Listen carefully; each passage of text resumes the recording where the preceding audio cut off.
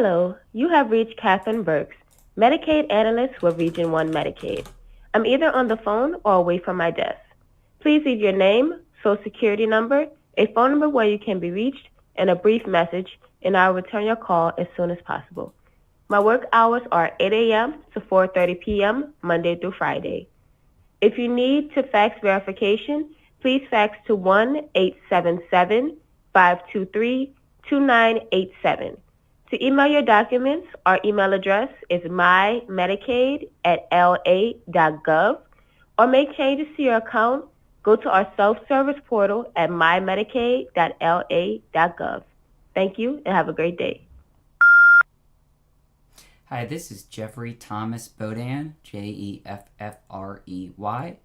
space Thomas, space Bodin, SSN 436958926. Date of birth 05/2297. My case number is 819-271 2911822. Again, that's 819-271911822.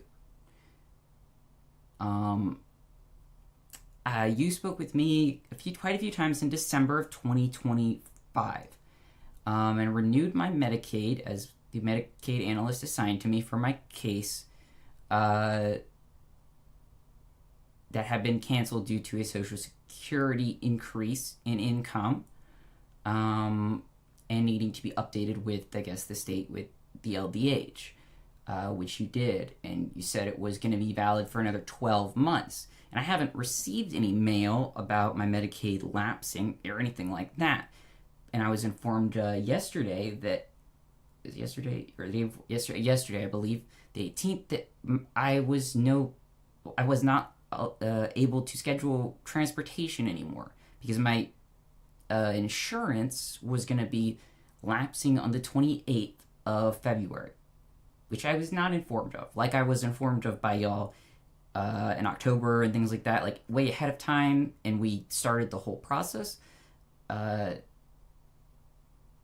didn't happen this time at all. I didn't receive any mail, didn't receive any notice. The only thing I received is somewhere in January, something not from y'all about, like, I can open enrollments almost here, whatever, like these are the insurance companies I could switch to, or etc.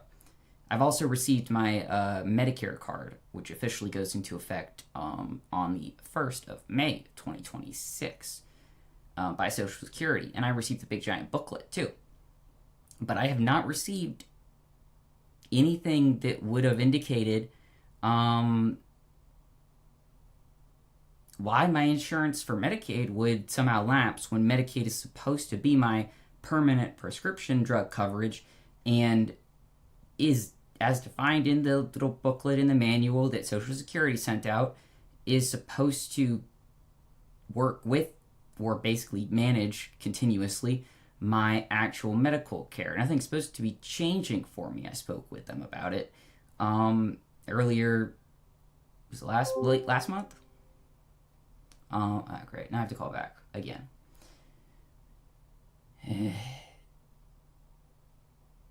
I was just trying to leave a long voicemail so that it wouldn't have to bother her too much.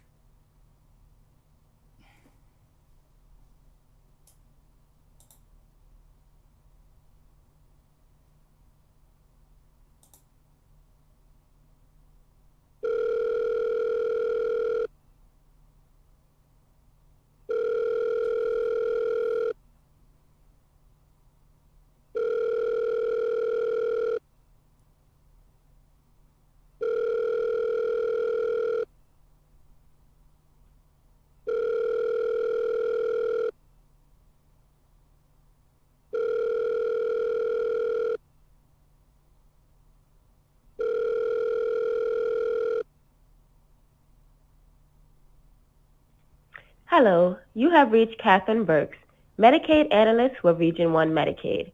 I'm either on the phone or away from my desk. Please leave your name, social security number, a phone number where you can be reached, and a brief message, and I will return your call as soon as possible. My work hours are 8 a.m. to 4:30 p.m. Monday through Friday. If you need to fax verification, please fax to 1-877-523-2987. To email your documents, our email address is mymedicaid@la.gov, or make changes to your account. Go to our self-service portal at mymedicaid.la.gov. Thank you and have a great day. Hi, this is Jeffrey Thomas Bodin again, 436-958-926. I'm continuing my voicemail from before.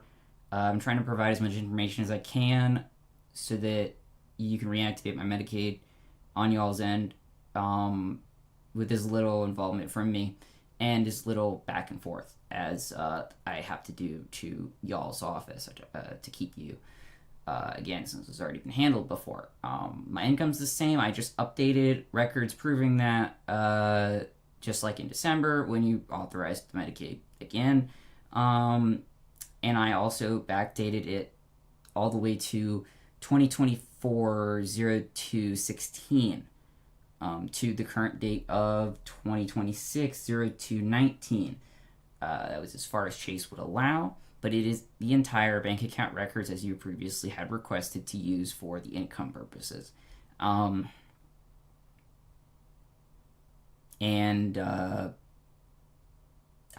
Since there weren't any problems in January, from what we spoke about in December, about the constraints and things I have to keep in mind, but that would be checked in December of 2026, as you said. Nothing changed in February of 2026, so I don't understand what would have caused any problems in that regard. So I think this is some other sort of an issue, and y'all can probably handle it. If you need anything else from me, you can call me back tomorrow at 985-272-8989. That's 985-272-8989. Or you can leave a voicemail at 985-520-4713. That's 985-520-4713. I'd leave multiple voicemails, just like wait it out and then leave the voicemail just in case, because I'll get a transcription and stuff like that. And it might take a second to click for the voicemail. But it'll still work, just in case I'm asleep or etc. It's pretty important that I get the Medicaid reactivated. I have to be back to see the doctor about tumors that they removed yesterday for March the 4th for my cancer. So I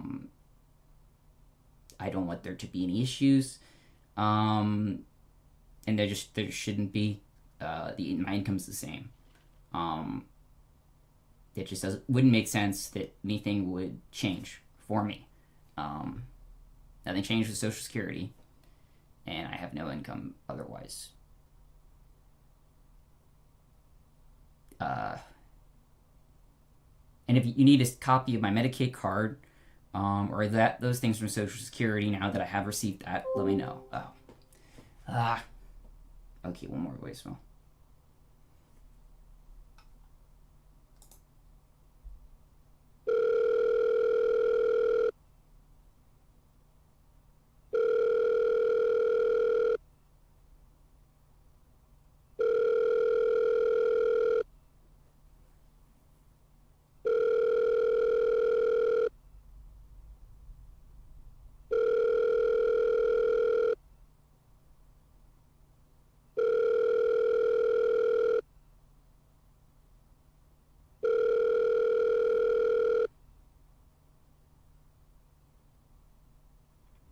Hello, you have reached Catherine Burks, Medicaid Analyst with Region 1 Medicaid. I'm either on the phone or away from my desk. Please leave your name, Social Security number, a phone number where you can be reached, and a brief message, and I will return your call as soon as possible. My work hours are 8 a.m. to 4:30 p.m. Monday through Friday. If you need to fax verification, please fax to 1-877-523-2987. To email your documents, our email address is mymedicaid@la.gov, or make changes to your account. Go to our self-service portal at mymedicaid.la.gov. Thank you and have a great day. Hi, this is Jeffrey Thomas Bodin again, 436-958-926. This is my third voicemail. This will be the last one. I'll submit my new statement of benefits as of today to the portal, as well as since I've already submitted the bank information, just in case. That's all I have from Social Security. I don't know if that's the Medicare part, like the Part A, Part B that it shows and the number would be assistive or change anything, but I'll it says it on the statement of benefits now. It's on the second page. I'll get that submitted as well, just in case y'all need that. I probably will file it under other, maybe. I'm not sure. Thank you. Bye.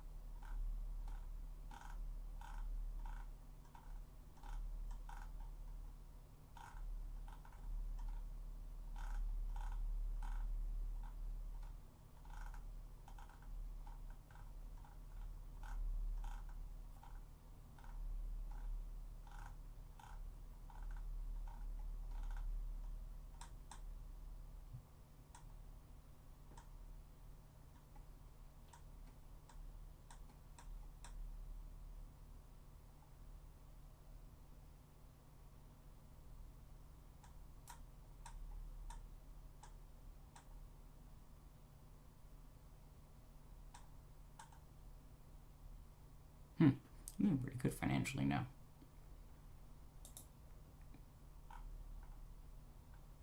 Paying for about $200 worth of food, which is really great. I'm still taking out like $800 to $900 in payday loans every month, but I think I'll be able to reduce that over the next year. Sure, that won't be an issue.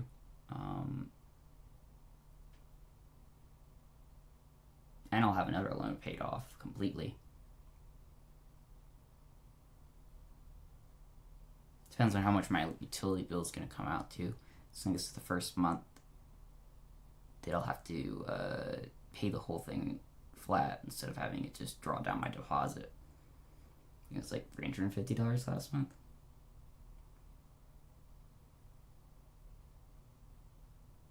So we'll see. Oh, and then the water is going to actually charge in a couple days, 5 or 6 days, 26th. But I think it's only going to be $50 to $60 a month, if that. Maybe more last month since we had to refill the water heater and run the water a lot.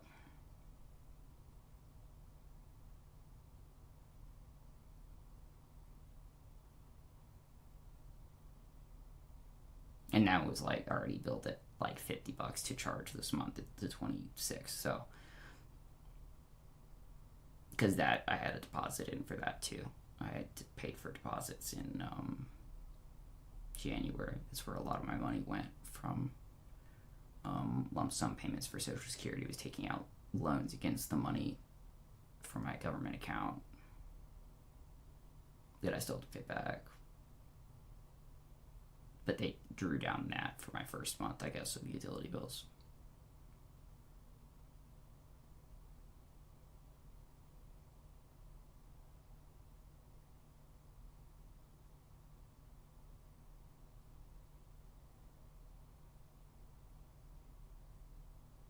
I don't know if I'm too late, but I might be able to still qualify for the LA heat thing for like a few $100s for the year for electricity.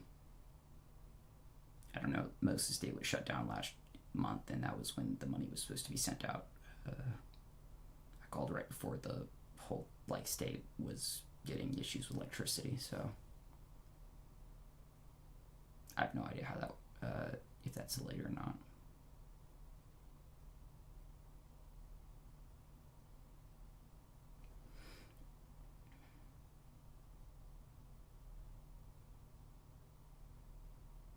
But just as a review, I'm doing pretty okay. Taking another margin loan today just to make sure I can pay my utility bill for this month. But other than that, I quadrupled the amount of food I eat. And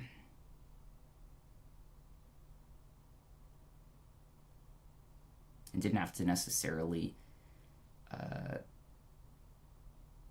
I didn't have to go without power or anything like that.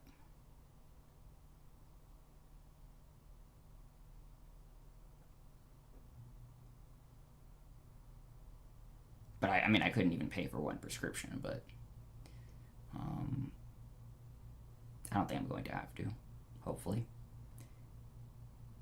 I didn't get my prescriptions for like a month, basically. It was very dangerous and was not good last month, but hopefully this, that won't delay anything again with my epilepsy and stuff. Yeah, even though I only have like 2.5 weeks left of prescriptions, and actually a lot less than that.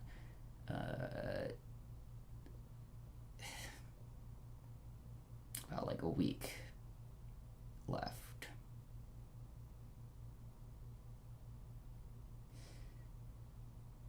And it's gonna screw me over because this February has 28 days in it this year.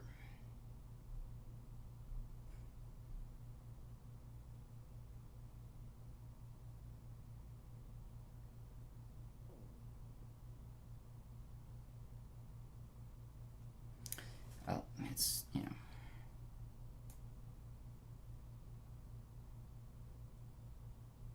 I'll just put the Social Security documents in and hope everything works out.